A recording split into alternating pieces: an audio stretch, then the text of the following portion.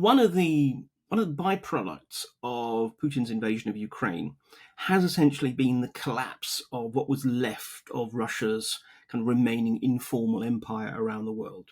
Basically, it no longer has the bandwidth, it no longer has the resources to be able to support old client states and the like, and to play some of the geopolitical games that went with that. Turn to India then, Mark. Just explain briefly, it's not a relationship we talk about much. What is the India-Russia relationship like, economically, diplomatically? What's the state of play there at the moment? Yeah, I mean, it's a deeply pragmatic one. I mean, from the Indians' point of view, to put very brutally, they don't really care that much about the fact that Putin is fighting a war in Ukraine. After all, from their point of view, they have been on and off been fighting a war with Pakistan that Pakistan has been doing often with considerable Western assistance. And the West does nothing about that. So I think in some ways India is channeling the same kind of attitude we find very broadly in the global South, which is, oh, it matters when it's Europeans, or even more crudely, oh, it matters when they're white. But all these other wars in other parts of the world, essentially the West hasn't really cared about. So there is a degree to which they regard the West as hypocritical on this, even while they're fully aware of the degree to which the Russians are the bad guys in these circumstances. If you look at the Indian press, I mean, although there is a lot of, a certain amount of kind of sentimental pro-Russianism, which in part dates back to the days when there was much closer relationship with the old Soviet Union, and the Soviets were regarded as sort of champions of the decolonization struggles and so forth. But at a policy level, it's just pragmatic. From the Indians' point of view, they are very happy to be able to triangulate between Washington, between Brussels, between Beijing. And from their point of view, also with Moscow. They still need a certain amount of trade with Russia for the sort of spare parts for their largely legacy Soviet and Russian military kit. This is the thing about when you buy military kit from a power, you're not just simply buying something off the shelf. You're actually buying a long-term relationship, because you will need training and maintenance and upgrades and spare parts and so forth. So to a degree, they're still locked in there. They are very, very happy to get cheap oil from Russia, which is absolutely necessary for their own burgeoning economic sort of growth.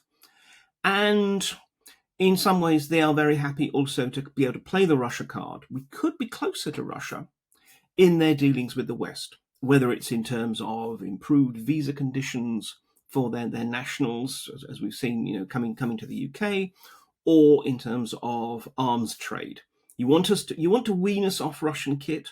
You don't want us to be buying Chinese kit. Well, that's fine, but give us a good deal. So, again, this is a classic example of the fact that we now live in a multipolar world. There was that very brief period. There was sort of the two-way sort of shaping of the world by the two superpowers in the Cold War. There was a brief period of essentially American-dominated unipolarity. Now we see such a sort of a proliferation of centres, and the Indians are both a power in their own right, but also very happy to play off these other powers against each other. And we've spoken about the economics there. Militarily, India's a vast and growing country. It's got a well-trained and fairly active military, considering its tensions with Pakistan. It's also a nuclear power. What is the military relationship between India and Russia, both sort of more positive, collaborative aspects and areas where there might be more friction? I mean, there aren't really areas of friction these days. I mean, particularly, one of the byproducts of Putin's invasion of Ukraine has essentially been the collapse of what was left of Russia's kind of remaining informal empire around the world. Basically, it no longer has the bandwidth, it no longer has the resources to be able to support old client states and the like, and to play some of the geopolitical games that went with that. So actually, Russia has kind of pulled in its horns to focus on Ukraine, which again essentially means that in India doesn't really face any particular problems. The relationship, look, there are still Indian officers going to Russian command schools for additional training, just as there are Indian officers coming to Britain and elsewhere. As I said, there is still Russian kit.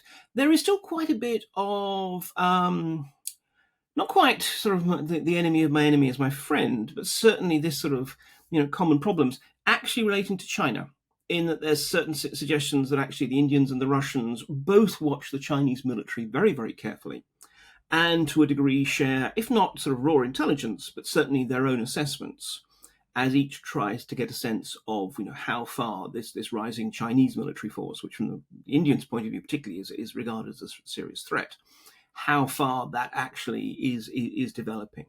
So again, from a very transactional relationship, it's by no means a sort of a small scale one. And frankly, look, I haven't been to Moscow since I was banned in 2022. But one could see that there were fairly regular delegations of not just government officials, but also business people and the like who would be there, and the Russians would always make a point of rolling out the red carpet for them. How much influence does one have over the other? How much pressure could Narendra Modi put on Putin, for example? This is one of those interesting situations where, again, he has influence in two particular ways. One of them, again, is just in terms of oil. However, for him to not buy cheap Russian oil would be self-harming for India. So again, it's a weapon that has a very high price tag. The other one is in terms of influence. I mean, look, it is clear that Putin is deeply conscious of the degree to which Russia has become isolated in some corners of the world, and very, very much wants to portray this notion that we're not really isolated. It's just the West. Actually, he now has been calling the global South the world majority, which is a very nice little sort of bit of semantic byplay. So he now says, look, the world majority is on our side. Look at China, look at India, look at Brazil. Very much they trumpet the rise of the BRICS sort of trading bloc as an example of the fact that Russia is not isolated. In that respect, India plays quite a significant sort of psychological as much as diplomatic role. So if the Indians started getting heavy, then the Russians pay attention to that, as they did, for example, when Putin was being a little bit too free with his talk about potentially turning to nuclear weapons. And both the Indians and the Chinese came together to basically read Putin the Riot Act and say, look, even discussing this is dangerous. We absolutely don't want to risk breaking the nuclear taboo. And Putin had to listen. So, he has a certain amount of moral influence, but again, there's a limit to how far that'll go. I mean, Putin was willing to listen because he wasn't planning on using nuclear weapons anyway. He was using nuclear weapons essentially as a propaganda tool. Fair enough, he can sort of shelve that. But if Narendra Modi turns around and says, you've got to pull out of Ukraine right now, Putin's going to say, no, I'm not going to do it. And a couple more questions. Do you think that Trump will get more success putting pressure on New Delhi through this threat of secondary tariffs than he would on Beijing, for example, or is it just as ineffectual?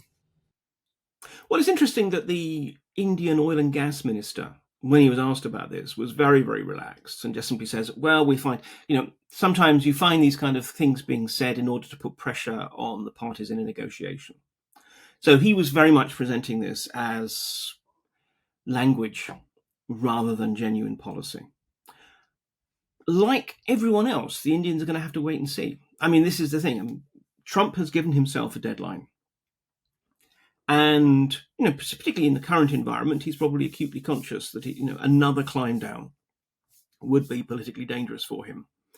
But on the other hand, we have very little sense that the Americans really are looking to basically pick a fight with India, as well as all the other fights that they've picked around the world.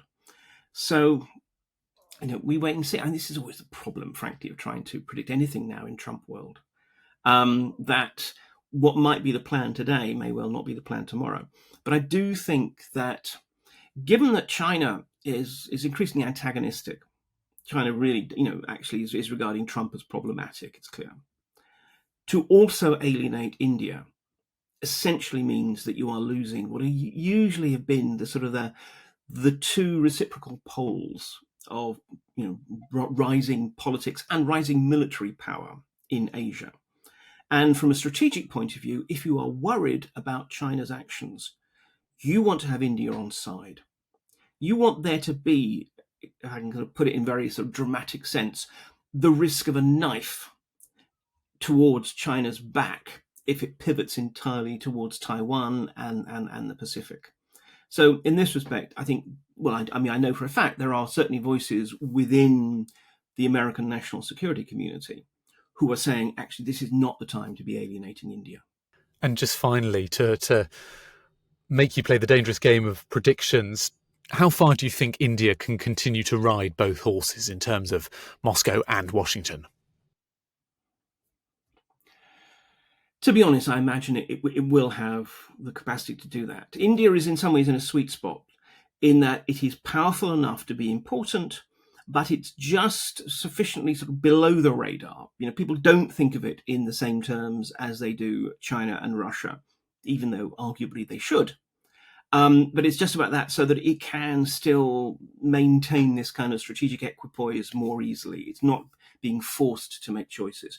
And this is, I think, one of the dangerous things about Trump's ultimatum, in that it makes it harder for India to continue to not have to make choices, because quite frankly, it's not entirely clear which side they would choose, or whether they would just simply sort of say a plague on all your houses.